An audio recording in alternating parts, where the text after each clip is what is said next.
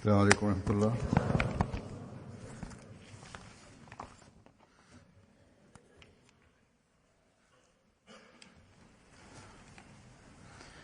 أشهد أن لا إله إلا الله وحده لا شريك له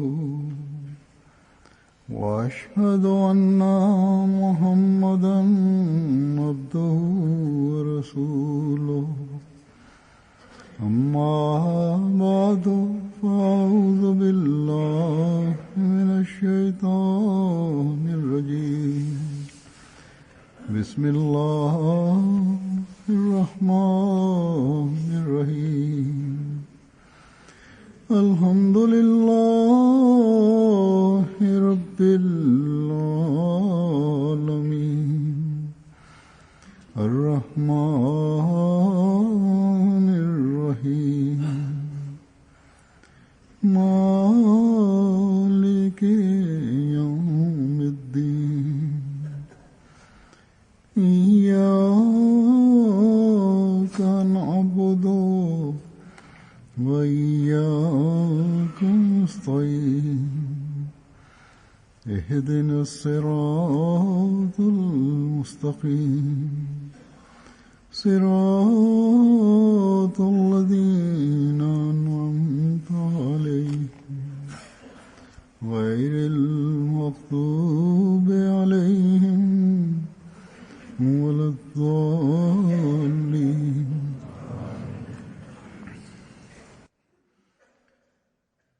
इस वक्त मैं हज़रत मसीह मौऊद अलैहिस्सलाम के Бисмиллахир-рахманир-рахим. इरशादात और तहरीरात पेश करूंगा. Хазур говорит, сейчас я представлю вашему вниманию некоторые наставления и изречения Хазрата Обетованного Мессии мир ему, в которых он рассказал о событиях принятия мольбы. Я также расскажу о знамениях и поддержке Его Всевышним Аллахом. И Он наставлял нас, Он послал меня в качестве посланника, слушайте меня. В этом содержится наставление.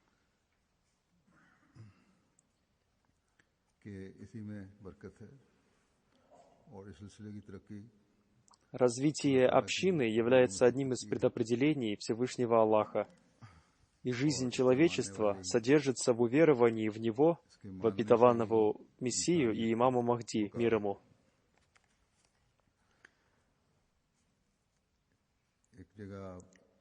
Хазрат Обетованный Мессия мир ему в одном из своих писаний, упоминая о письме Наваба Али Мухаммада хана, богача из города Лудхияна, написал: «Однажды господин Наваб Али Мухаммад хан, покойный богач из города Лудхияна, написал мне письмо.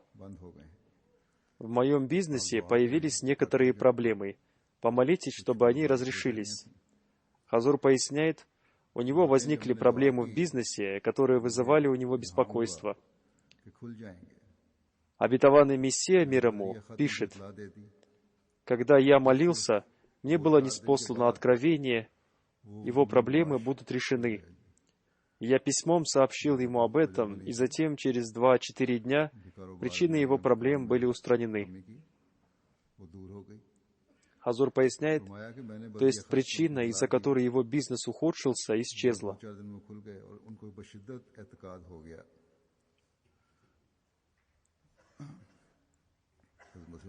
Обетованный Мессия мир ему продолжает. Это произвело на него сильное впечатление, что он еще сильнее уверовал в меня. Хазрат Обетованный Мессия мир ему пишет: «Однажды господин Наваб Али Мухаммад хан, богач из города Лудхияна, прислал мне письмо с просьбой помолиться за него в связи с какими-то его личными интересами. Но еще до того, как я получил это письмо, я получил откровение о том, что скоро я получу письмо с такого рода просьбой. И тогда я незамедлительно написал ему, что он отправит мне письмо с такого-то рода просьбой. И на следующий день я получил его письмо. А когда он получил мое письмо, то его удивлению не было предела. Как я мог получить весть из невидимого, ведь никто не знал о его секрете. И он настолько приумножился в уверовании, что растворился в любви и в доверии. И он записал оба знамения, о которых было рассказано выше, в своем маленьком блокноте и всегда держал их при себе.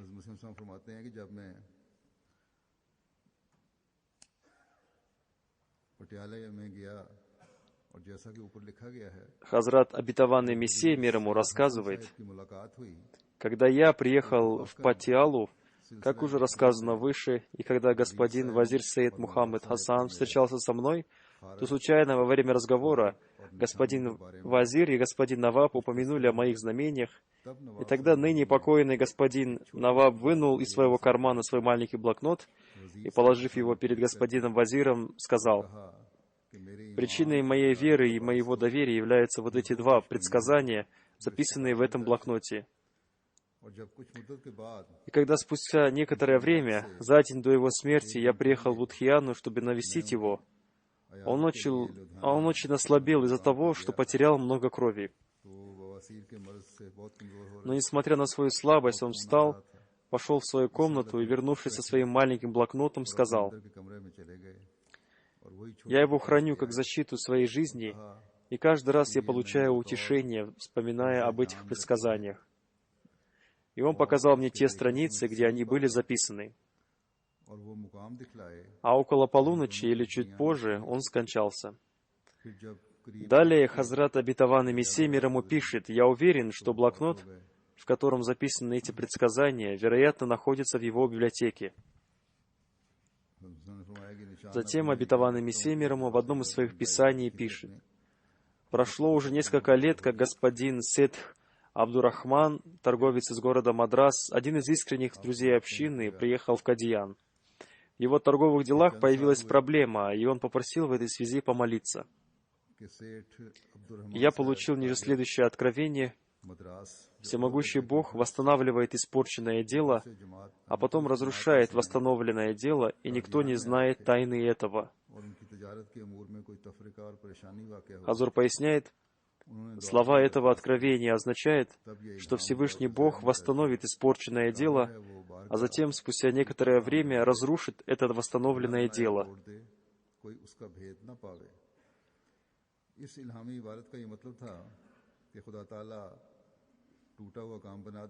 Далее Обетованный Мессия мир ему говорит: об этом откровении было рассказано господину Сетху Абдурахману, который находился в Кадияне. Прошло всего несколько дней, как Всевышний Бог создал в его торговых делах процветание, проявились такие невидимые средства, которые обеспечили ему финансовое процветание. Но затем, спустя некоторое время, его восстановленное дело разрушилось. Хазур поясняет: в соответствии с откровением, сначала его дело развивалось, но спустя некоторое время постепенно в его деле появился изъян, и его бизнес разрушился. Затем Хазрат Обетованный Мессия мир ему говорит о себе: «На протяжении долгого времени у меня было два заболевания. Первое — это сильные головные боли, от которых я очень страдал и испытывал сильное недомогание. Эта болезнь преследовала меня около 25 лет, и вместе с этим появилось головокружение. И врачи написали о том, что результатом этого заболевания бывает эпилепсия. Мой старший брат, господин Мирза Гулам Кадир, заболел, и в течение 2 месяцев у него было головокружение, а потом он заболел эпилепсией и умер от этой болезни. Поэтому я молюсь о том, чтобы Всевышний Аллах уберег меня от этой болезни. И однажды в сновидении я увидел, как черная беда, похожая на животное, ростом с овцу, с длинной шерстью и большими лапами, начала нападать на меня. И моему сердцу было внушено, что это болезнь, эпилепсия. И тогда я сильно ударил его правой рукой в грудь и сказал: «Уходи от меня, ты не имеешь ко мне никакого отношения». И Всевышнему Богу известно, что все эти страшные болезни покинули меня. Сильная головная болезнь тоже ушла, и только иногда я испытывал небольшое головокружение, Это для того, чтобы не было никакого изъяна в предсказаниях о двух болезнях. Хазур объясняет, существует пророчество святого пророка, мир и благословение Аллаха да пребывает с ним, об обетованном Мессии, мир ему, что он будет укутан в две желтые накидки, и они означают две болезни. Первая из них — головокружение. Далее обетованный Мессия, мир ему, сказал, «Второй болезнью я болею уже около 20 лет». И об этом знамении уже было рассказано. И до сих пор мне приходится около 20 раз ходить в туалет по малой нужде. И анализы показывают, что уровень сахара повышен. И однажды я подумал о том, что врачебный опыт показывает, что результатом диабета является заболевание глаз или рак, который является смертельно опасной болезнью. В это время я получил откровение о защите от болезни глаз. Ниспослана милость на 3 органа. Первый — это глаза, и еще на 2 органа. А когда в мое сердце было внушено о диабете, то я получил откровение «Ассаламу алейкум». Я прошел уже большой период времени, как я защищен от этих болезней.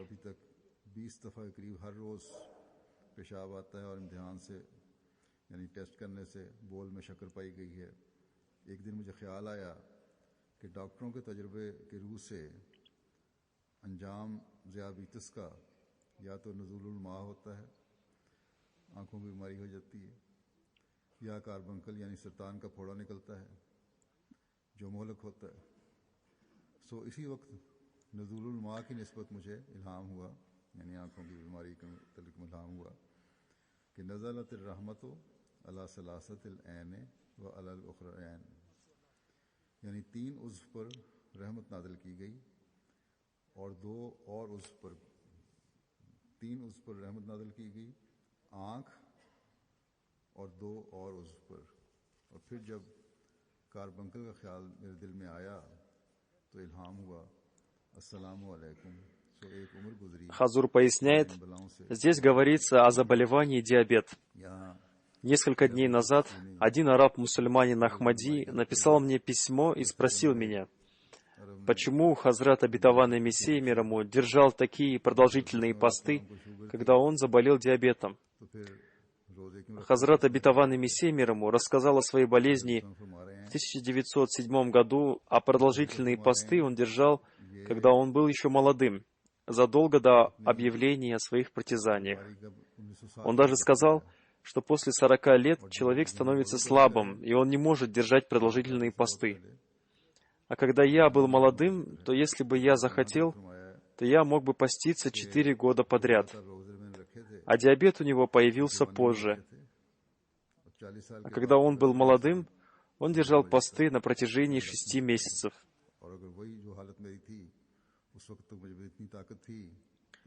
Далее он рассказывает о болезни Хазрата Маулви Абдуль-Карима. В прошлой пятничной проповеди тоже было рассказано о нем в связи с Хазратом обетованным реформатором, которому известие о его смерти причинило большой удар, поскольку он пользовался большим уважением в общении, и когда он заболел, Хазрат обетованный Мессия мир ему молился за него. И он говорит об этом, рассказывая об одном своем откровении. В прошлом году, то есть 11 октября 1905 года, в среду, один наш искренний друг, то есть господин Маулви Абдуль-Карим, ныне покойный, умер от этой болезни, то есть от рака. Я много молился за него, но не получил ни одного утешающего откровения о нем, но часто получал откровение, что он завернут в саван. И он скончался в возрасте 47 лет. «Инна лиллахи ва инна иляйхи роджиун». Я получил откровение, стрелы смерти не ошибаются. И когда я воззвал с мольбой к Богу, я получил откровение: «О люди, поклоняйтесь Владыке вашему, который создал вас. Вы же предпочитаете жизнь мирскую». В этом было указание на то, что считать его смерть, причиняющая ущерб вашей работе, является одним из видов ширка, многобожия. и приложение очень больших усилий для спасения его жизни является одним из видов поклонения. После этого я замолчал и понял, что его смерть неминуема.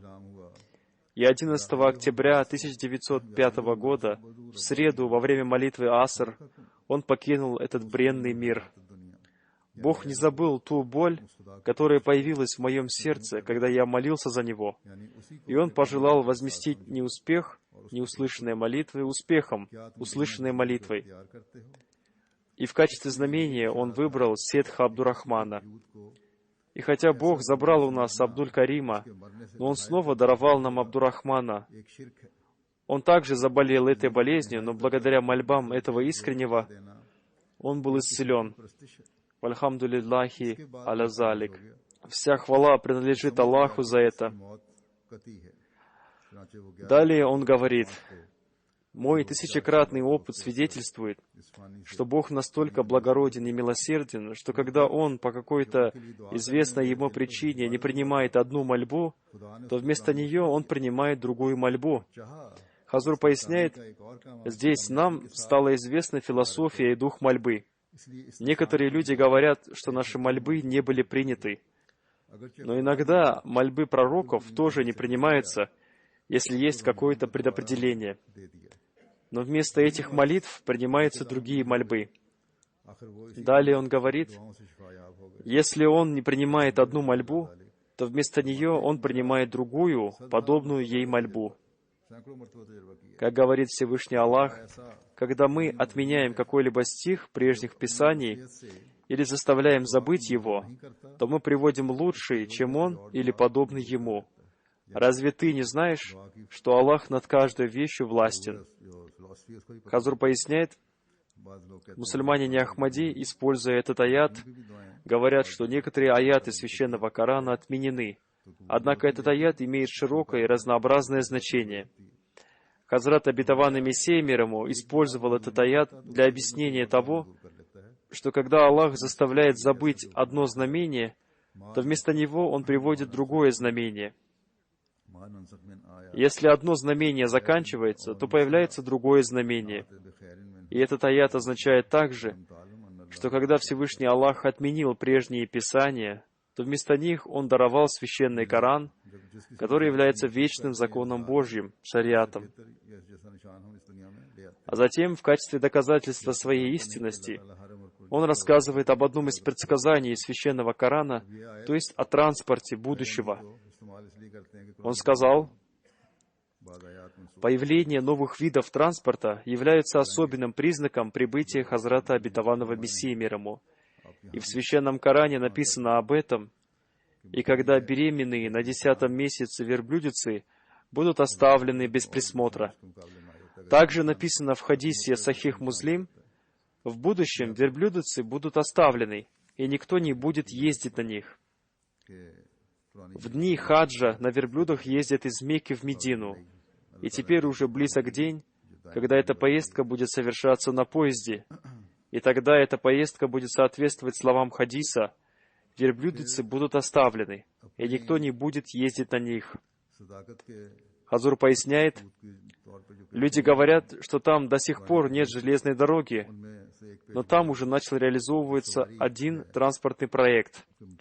И по их планам, до конца 2015 года он будет осуществлен, и между Меккой и Мединой будет построена железная дорога, и будет ходить высокоскоростной поезд.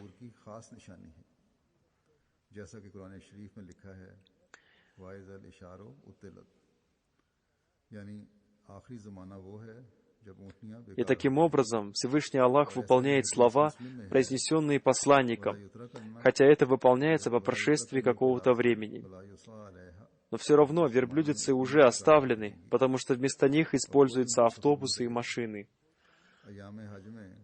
И в соответствии с предсказанием Хазрата Обетованного Мессии мир ему, уже строится железная дорога и начнет ходить поезд.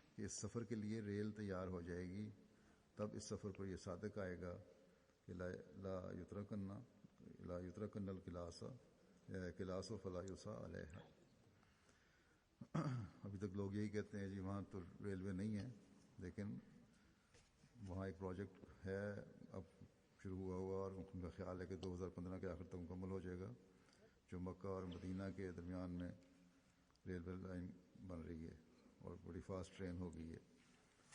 तो ये बाज़ दफ़ा नबी की बातें जो निकली होती हैं मुझसे पूरी तरह करता है, चाहे उसमें कुछ वक्त के बाद वो पूरी हों। लेकिन बहरहाल सवारियां तो बेकार वहाँ हुई, क्योंकि उसकी जगह बसें और कारें। Затем Хазрат обетованный Мессия мир ему молился против одного врага, который использовал скверные слова против посланника Ислама, мир и благословение Аллаха да пребывает с ним, чтобы Аллах наказал его. И после этой мольбы он получил весть от Всевышнего Аллаха о его смерти. И он говорит об этом: «Я получил предсказание о заместителе начальника полиции Абдулле Атаме, которое исполнилось очень ясно. На самом деле, это были два предсказания. Первое было о том, что он умрет в течение 15 месяцев, а второе о том, что если он не откажется от своих слов, которые он опубликовал, что, упаси Аллах, святой посланник, мир и благословение Аллаха да пребывает с ним, является даджалем, то он не умрет в течение 15 месяцев». И, как я уже написал, предсказание о его смерти было основано на том, что Абдулла Атам в своей книге под названием «Андруна Байбл. Содержание Библии» назвал нашего посланника, мир и благословение Аллаха да пребывает с ним, упаси Аллах, даджалем. Но правда состоит в том, что для смерти Атама в этом предсказании было отведено время на протяжении 15 месяцев, но с условием, о котором было сказано в словах, с тем условием, что он не вернется к истине. Но Атам на собрании отказался от своих слов и с большой искренностью раскаялся в том, что он употребил слово «даджаль» в отношении святого пророка, мир и благословение Аллаха да пребывает с ним. И свидетелем этого были не один и не два, а 60 или 70 человек, и примерно половина из них является христианами, а половина мусульманами. И я думаю, что около 50 человек, в присутствии которых Абдулла Атам отказался от слова «даджаль», из них до сих пор живы. И после этого он не употреблял этого слова до конца своей жизни. А теперь вы должны подумать о том, какая это низость, нахальство и неверие, что, несмотря на очевидный отказ Атама перед 60-70 людьми, некоторые люди продолжают говорить, что он не отказался. Причиной Божьего гнева было использование им слова «даджаль», и причиной предсказания тоже было использование этого слова. И условием отмены наказания был отказ от этого слова. Хазур поясняет, в этом предсказании не говорилось о том, что он должен стать мусульманином, а целью его было только одно, чтобы он отказался от этого слова и раскаялся.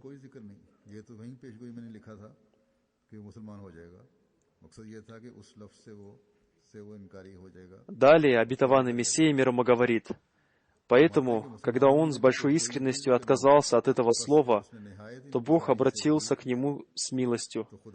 Целью Божьего откровения не было то, что пока Абдулла Атам не примет ислам, он не спасется от гибели, потому что все христиане отказываются принять ислам. А Бог никого не принуждает принимать ислам, и предсказание, что если какой-либо человек не примет ислам, то он умрет в течение какого-то времени, является неразумным». Хазур объясняет, это не означает, что если большинство людей мира не примет ислам, то они умрут. В исламе нет никакого принуждения, и принятие ислама Атамом не было целью предсказания.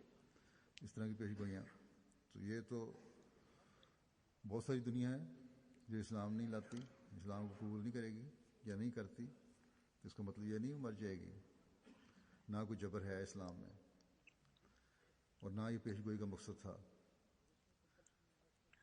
फरमाते हैं कि दुनिया ऐसे लोगों से भरी पड़ी है जो मुनकरे इस्लाम हैं, और जैसा कि मैं बार बार लिख चुका हूँ, Далее он говорит, мир наполнен такими людьми, которые отказываются от принятия ислама. Как я уже неоднократно писал, из-за непринятия ислама не наказывается ни один человек в этом мире. Но наказание за этот грех будет в судный день. В этом случае, в чем заключалась особенность Атама, что только за отказ от принятия ислама было бы предсказано о его смерти, и не было бы предсказано о смерти других людей? Более того, причина предсказания была только в том, что он в отношении чести посланника Аллаха, мир и благословение Аллаха да пребывает с ним, употребил слово «даджаль». И он покаялся в этом перед 60-70 людьми, большинство из которых были благородными и уважаемыми людьми, присутствующими на собрании. Затем, когда он раскаялся в употреблении этого слова, он заплакал и стал заслуживающим милости Всевышнего Бога. Но только настолько, что его смерть была отложена на несколько месяцев после указанного в предсказании срока. Он умер при моей жизни, и согласно Мубахале, молитвенному состязанию, по причине своей смерти он оказался лжецом. И разве мое предсказание не исполнилось? Конечно, исполнилось, и очень ясно исполнилось. Проклятие Бога на таких сердцах, которые не перестают отвергать такие ясные знамения. Если они хотят, то я могу представить 40 человек в качестве свидетелей. И по этой причине он не поклялся, как клянутся все христиане, что отказался от своих слов. И Хазрат Иисус, мир ему, тоже поклялся, и мы не нуждаемся в продолжении этой дискуссии. А там уже мертв, и прошло 11 лет после его смерти. Обо всем этом он написал в своей книге «Хакикатуль Вахи. Истинность откровения». Затем Хазрат Обетованный Мессия, мир ему, рассказывает о том, что благословения Священного Корана таковы, что намного превосходят все силы и способности человека. И Священный Коран дарует следующим ему глубокое знание убежденности, являя им знамение. И затем, благодаря этому благословению, проявляются чудеса. Хазрат Обетованный Мессия, мир ему, изрекает: «Я не рассказываю об этих благословениях Корана в качестве сказок. Более того, я представляю те чудеса, которые были мне явлены. Эти чудеса насчитывают 100 тысяч и, вероятно, даже больше этого. Всевышний Аллах поведал в Священном Коране, что тот человек, который будет следовать этой книге, не только уверует в чудеса этой книги, но ему тоже будут дарованы чудеса. Поэтому я сам лично получил посредством Божьих слов такие знамения, которые превосходят способности человека и являются действием Бога. Землетрясения, которые появились на земле, чума, которая поедает мир, были из тех знамений, которые были явлены мне в откровениях. И я опубликовал весть об этих событиях в своей книге под названием «Барахини Ахмадия» за 25 лет до появления этих бед.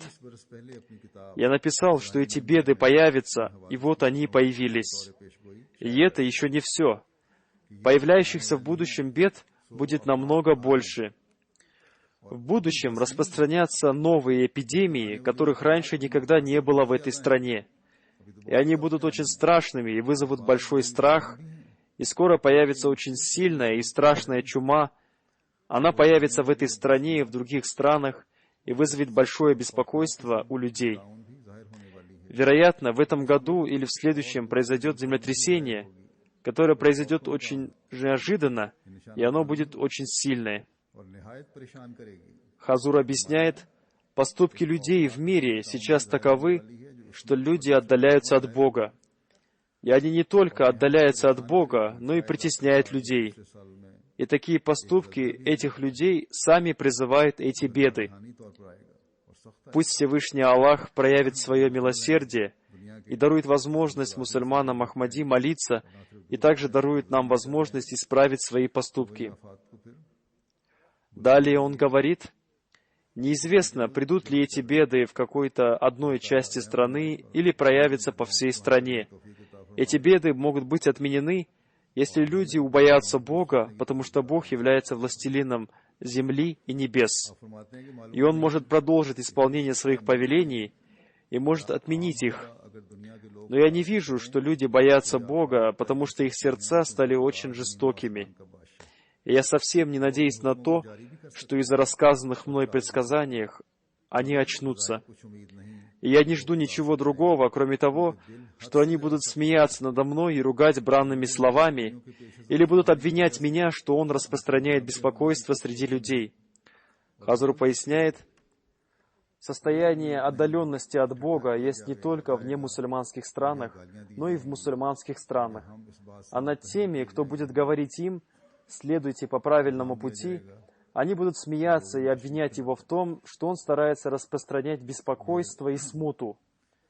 Несколько дней назад я прочитал новость об одном мулле из Пакистана, я не помню его имени, который сказал: «Никакой имам Махди не может прийти, и он еще даже не родился и не родится». И со смехом он сказал: «Даже если он где-то родился, то дай Аллах, чтобы он поскорее погиб, потому что мы не можем больше терпеть смуту и мятежи». Одним словом, эти люди имеют такого рода мысли. Затем, рассказывая о том, что для того, чтобы избавиться от невежества и повиноваться словам Всевышнего Аллаха, необходимо привести свое состояние из себя в соответствии с довольством Всевышнего Аллаха, Хазрат обетованный Мессия мир ему изрекает: в настоящее время в том, что называется исламом, появилось разное понимание. И та искренность, о которой говорится в аяте, очищая для него веру, ушла на небеса, и совсем исчезли правдивость, преданность, искренность, любовь и надежда на Бога. А теперь Всевышний Аллах принял решение снова оживить все эти силы. И тот Бог, который всегда оживляет землю после смерти ее, принял решение оживить землю, и для этого Он избрал разные пути. С одной стороны, Он ниспослал посланника, который мягко призывает к Аллаху и наставляет людей, а с другой стороны, это развитие знаний и способностей и развитие человеческого разума. И небо проявляет знамения для последнего довода. Хазур поясняет, многие знамения были явлены при жизни обетованного Мессии мир ему. Были явлены знамения затмения Луны и Солнца в месяц Рамазан, землетрясения и другие. Далее он говорит, также он назначил знамение проявления Божьего гнева, и одним из этих знамений является знамение чумы, которое сильно распространяется в настоящее время. И многие люди извлекают пользу из этих знамений и знаков. Не проходит ни одного дня, чтобы люди посредством письма или пребывая сами не вступали в обет верности. И хотя в мире очень сильно распространился порок, самовосхваление и дерзость, но все равно эти люди выходят из своих общин и вступают в нашу общину, хотя они тоже из числа людей, подверженных порокам, и из этого становится ясно, что среди них тоже есть счастливые души. Хазур поясняет, то есть не все они испорченные, среди них тоже существуют люди с доброй природой.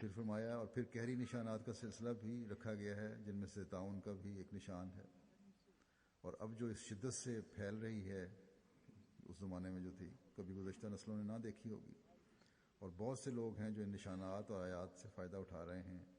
कोई दिन नहीं जाता कि लोग बदरिया खतूत या खुद हाजिर होकर दाखिल बैत नहीं होते। अगरचे दुनिया में फिस्को फजूर और शोखी और आज़ादी और खुद रवी बहुत बढ़ गई हुई है, ताहम ये लोग जो हमारे सिलसिले में आते हैं, ये भी इसी जमात में से निकल कर आते हैं, उन्हीं लोगों में से आ रहे हैं, जिससे मालूम होता है कि सईद भी इन्हीं में मिले हुए हैं, यानी नेक फितरत लोग भी। Обетованный Мессия мир ему продолжает. Всевышний Бог будет извлекать из них этих людей и даст им разум. А некоторые люди будут охвачены чумой, и таким образом произойдет завершение мира, и будет приведен последний довод. Хазур поясняет, образованные люди с доброй природой уже вступают в общину, потому что их разум открыт, и по этой причине они понимают учение и притязания Хазрата обетованного Мессии мир ему, и потом принимают его. И такие люди, которые по милости Всевышнего Аллаха вступают в общину сотнями и тысячами, и теперь даже десятками тысяч, есть в каждом районе, в каждой группе людей, в каждой стране.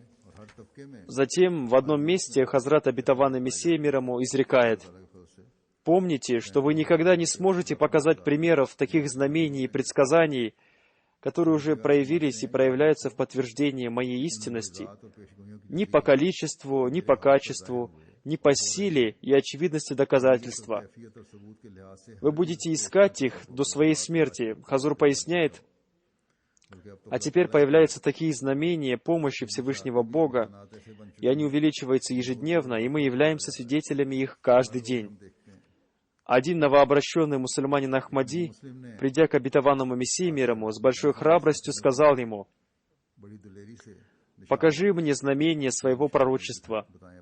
Обетованный Мессия мир ему ответил: «Ни один посланник не может сопротивляться ничему из того, что внушается в его сердце Всевышним Аллахом, поскольку он приходит от Всевышнего Аллаха».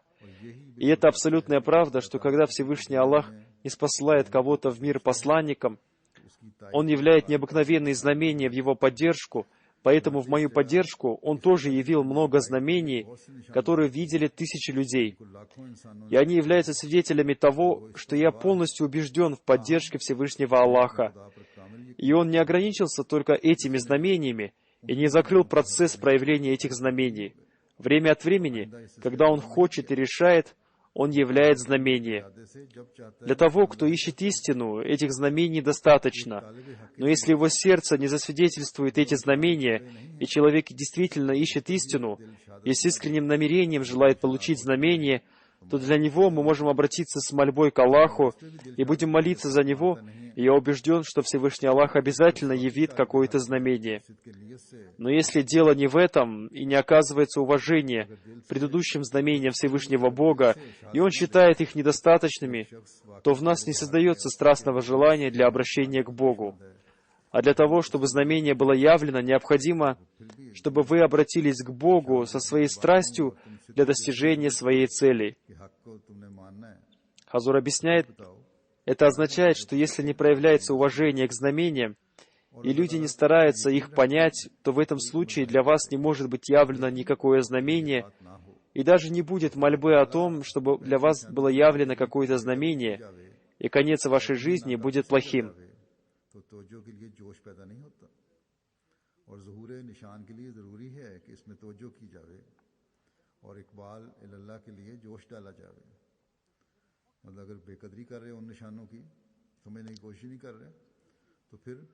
Далее он изрекает, это желание обращения к Богу возникает тогда, когда ищущий истину является правдивым и искренним. Затем он изрекает, вы должны помнить о том, что знамения являются для разумных людей, и не являются для тех, кто совсем не имеет разума. Такой тип людей не может получить пользу от знамения Всевышнего Аллаха, и в этом случае наставление остается только на милости Всевышнего Аллаха. Если вам не дарована Всевышним Аллахом возможность получить пользу от знамения, и Он не оказывает вам своей милости, то вы не можете получить пользу, даже если увидите 1000 знамений. Вы не сможете изменить себя до тех пор, пока мы не узнаем, какую пользу вы обрели от предыдущих знамений, и на что нам надеяться в будущем. Являть знамения не в нашей власти, и знамения не являются результатом взмаха палочки фокусника. Знамение является милостью и желанием Всевышнего Аллаха. Он являет знамение тогда, когда Ему угодно, и Он приносит пользу тому, кому Он желает. А то, что касается просьбы показать знамение, то Всевышний Аллах внушил в мое сердце, что это такого же рода требование, которое требовал Абу Джахаль и подобные ему люди от святого пророка, мир и благословение Аллаха да пребывает с ним. Какую пользу они получили от знамений святого пророка, мир и благословение Аллаха да пребывает с ним? Разве кто-то может сказать, что в подтверждении истинности святого пророка, мир и благословение Аллаха да пребывает с ним, не были явлены знамения? А если кто-то так думает, то он является неверующим. В подтверждение его истинности были явлены бесчисленные знамения, но Абу Джахаль и другие, подобные ему, не получили от них никакой пользы. Также в подтверждение моей истинности является знамение, которое достаточно для ищущего истину. Но если какой-то человек не хочет получить от них пользу и бросает их словно мусор, и при этом желает в будущем увидеть какое-то знамение, то может ли он на что-то надеяться? Он не проявляет уважения к знамениям Всевышнего Аллаха и смеется над Всевышним Аллахом. Хазур поясняет, обетованный Мессия мир ему часто говорил, люди различных верований приезжают в Кадьян, и их прибытие в Кадьян тоже является знамением моей истинности. Они пребывают, претерпев большие трудности. Также Хазрат обетованный Мессия мир ему рассказал о бесчисленных земных и небесных знамениях. Сегодня мир обращает свое внимание к общине и слушает ее благую весть, и это является знамением, как и то, что люди обращаются к разным источникам информации, чтобы получить информацию об общине. Одним словом, ежедневно для каждого разумного человека проявляется знамение.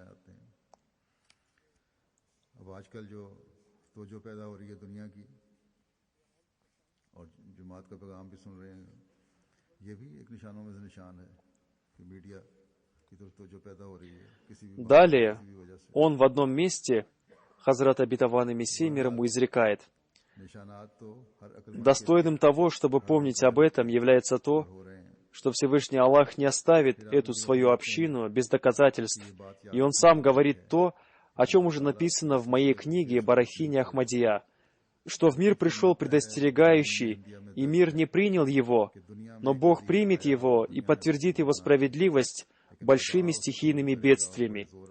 Для тех, кто отказался принять его, и для тех, кто готовы отказаться от него, предназначены позор и страдания. Думали ли вы о том, что если это были бы измышления человека, то уже давно его дело пришло в упадок? Потому что Всевышний Бог является таким врагом, измышляющего ложь, каким Он не является ни для кого другого в мире. Невежественные люди также не думают о том, разве может быть такая стойкость и храбрость в лживом человеке? Глупцы не знают даже того, что тот, кто говорит от имени невидимого защитника, особенно отмечен тем, что его слова вызывают восторг и благоговейный страх. Только он имеет такое храброе сердце, что он один готов состязаться со всем миром. Поистине, ожидайте тех дней, и они уже близки, когда враг будет опозорен, и друзья возрадуются. А кто является другом? Тот, кто принял меня, не увидев никаких знамений. Тот, кто пожертвовал своей душой, своим богатством и честью, как будто он увидел 1000 знамений. Это моя община и мои люди, которые нашли меня одиноким и помогли мне, увидели меня опечаленным и стали утешающими меня, и, не зная меня, они оказали мне такое уважение, какое оказывается хорошо знакомым людям. Да пребудет над ними милость Всевышнего Бога. Если какой-либо человек уверует в мою очевидную справедливость после того, как он увидел знамение, то что это даст мне и какую награду получит он? И какую честь он обретет у обладателя достоинства, то есть у Всевышнего Аллаха? Далее он изрек, «Поистине, меня принял только тот, кто посмотрел на меня внимательным взором, и взвесил мои слова на весах разума, и признал мое положение, услышал мои слова и размышлял над ними. И тогда Всевышний Аллах раскрыл сердца таких людей, и они стали со мной. Со мной стал тот, кто оставляет свое желание ради моего желания и принимает меня в качестве духовного судьи, какие желания ему оставить и какие принимать, и следует за мной и растворяется в повиновении мне, и избавляется от оболочки своего эгоизма. Мне приходится с сожалением сказать, что желающие ясных знамений не могут обрести у моего Бога положение достойного чести и положение достойного похвалы, которые обретут те справедливые люди, которые узнали секрет невидимого. И они почувствовали аромат слуги Всевышнего Аллаха, находящийся под его покровом. Хазур объясняет, то есть они признали Хазрата обетованного Мессии мир ему в первые дни после его притязаний. Далее он говорит, в чем достоинство человека, увидевшего принца в своей армии во всем его великолепии и приветствующего его. Достойным человеком является тот, кто, увидев принца, одетым в одежду бедняка, узнает его. Но не в моих силах даровать кому-то эту мудрость и разум. Есть только один, дарующий тому, кто ему дорог, и он дарует ему разум веры. Те, кто обретают наставление от слов пророка. А для тех, в сердцах которых кривизна, эти слова становятся средством кривизны. Хазур поясняет, От этих слов посланника получают наставление те люди, которым Всевышний Аллах дарует наставление. А те, в чьих сердцах кривизна, услышав эти слова, еще больше приумножается в кривизне. Далее он говорит: «Я знаю, что уже много написал о знамениях, и Всевышний Бог знает, что это является правдой и истиной, и что их около 3000 или чуть больше, и Всевышний Аллах явил их для подтверждения моей истинности, и они превыше сил человека, и Он не закрыл двери этих знамений в будущем».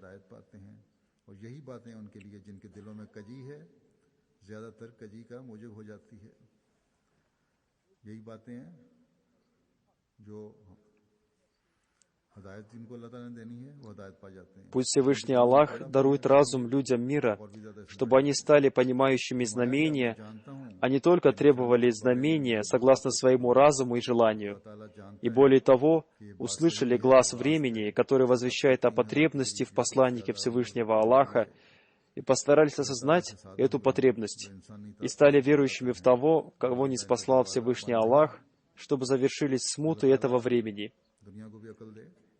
कि निशानों को समझने वाले भी हों और सिर्फ निशानों का मुतालबा अपनी अकल और ख्वाहिश के मुताबिक करने वाले ना हों, बल्कि वक्त की ज़रूरत और ज़माने की आवाज़ और हालत जो खुदा ताला के फरिश्तादे की ज़रूरत का इजहार कर रही है, उसको सुनें, उसको समझने की कोशिश करें।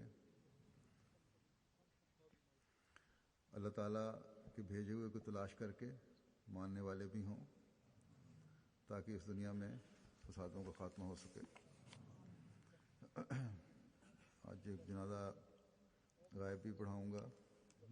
Сегодня я возглавлю джаназа гаиб за упокойную молитву в отсутствии тела покойного по уважаемому господину Гуламуа Кадиру, дервишу Кадиана, сыну уважаемого покойного господина Абдуль-Гафара. 12 ноября в возрасте 90 лет, согласно Божьему решению, он скончался. Инна лилляхи ва инна иляйхи роджиун. Он был включен в число 313 дервишей Кадиана. В книге «История Ахмадията» он записан в списке дервишей Кадиана под номером 189. Он родился в 25 году в апреле в Шади-Вале, округа Гуджрат. Там же он получил начальное образование, и затем он служил в армии. Прошло 4 года его службы в армии, когда он ответил на призыв обетованного реформатора и стал охранником центра общины, посвятив свою жизнь служению общине. В 1947 году он приехал в Кадиян. Он любил проповедовать, и особенно он любил проповедовать сикхам. В связи с этим он собрал очень много редких и недоступных книг и цитаты, полезные для общины. Он видел во сне, что он достигнет возраста 90 лет. Покойный был Мусси, и он оставил 3 сыновей и 5 дочерей. Одна из его дочерей является супругой уважаемого Зафарулы Понто, миссионера общины в Индонезии. Его сын написал, что в то время, когда он был дервишем в Кадияне, он получал очень маленькое содержание, но трудясь, он отправлял какую-то сумму своей матери, вдове и 3 сестрам, потому что он был старшим братом своих сестер. Наш миссионер, господин Калим Тахир, миссионер, пишет: «Однажды, в 97 году, у меня была возможность в месяц Рамазан пребывать в Итикаф в Кадияне, и он находился рядом со мной. Однажды в разговоре был упомянут кашмирский чай, и я ему сказал, что он мне очень нравится. И после этого каждый день из его дома прислали в термосе этот чай, и он угощал меня им. Затем этот миссионер попал в аварию в Рабве, и в это время в Рабву из Кадияна приехал Гулам Кадир Дервиш Кадияна, и наша встреча с ним была очень эмоциональной. Он осведомился о моем здоровье и расплакался и помолился за меня. Несмотря на свою болезнь и слабость и плохое зрение, он совершал молитвы, приходя в мечеть Мубарак, и говорил, что он получает там утешение. Да увеличит Всевышний Аллах его степени. Кроме него, я расскажу немного о 2 других дервишах, скончавшихся несколько месяцев назад. Их заупокойная молитва уже была прочитана, но о них не было рассказано. И сегодня я хочу о них тоже рассказать. Помните их и в потомках в своих молитвах. Эти дервиши принесли большие пожертвования. Долгое время они жили очень просто, получая очень маленькую зарплату. И они выполнили обязанность охраны святынь общины. Один из них, господин Мирза Мухаммад Игбал, сын уважаемого господина Мирзы Адама Бега, он скончался 11 июня этого года. Инна лилляхи ва инна иляйхи роджиун. Его дед по отцовской линии, Хазрат Мирза Расулбек, и его дед по материнской линии, Хазрат Мирза Риазбек, были сподвижниками Хазрата Обетованного Мессии мир ему. Они были одними из первых в числе 313 дервишей Кадьяна. Он имел честь служить общине в течение долгого времени в больнице Кадьяна в качестве стоматолога. Затем он служил в офисах общины и в качестве работника офиса. Он был добрым, поклоняющимся, встречающим людей с улыбкой и искренним человеком. Он был одним из первых в числе совершающих финансовые пожертвования. Он был очень храбрым и смелым, и хорошим пловцом. Он был муссий, и кроме своей супруги он оставил 4 дочерей и 1 сына. Имя второго покойного Чодри Мансур Ахмад Чима. Он скончался 26 июля 2014 года в возрасте 94 лет. Инна лилляхи ва инна иляйхи роджиун. Он был сыном господина Чодри Нура Али Чимы, сподвижника Хазрата Обетованного Мессии мир ему.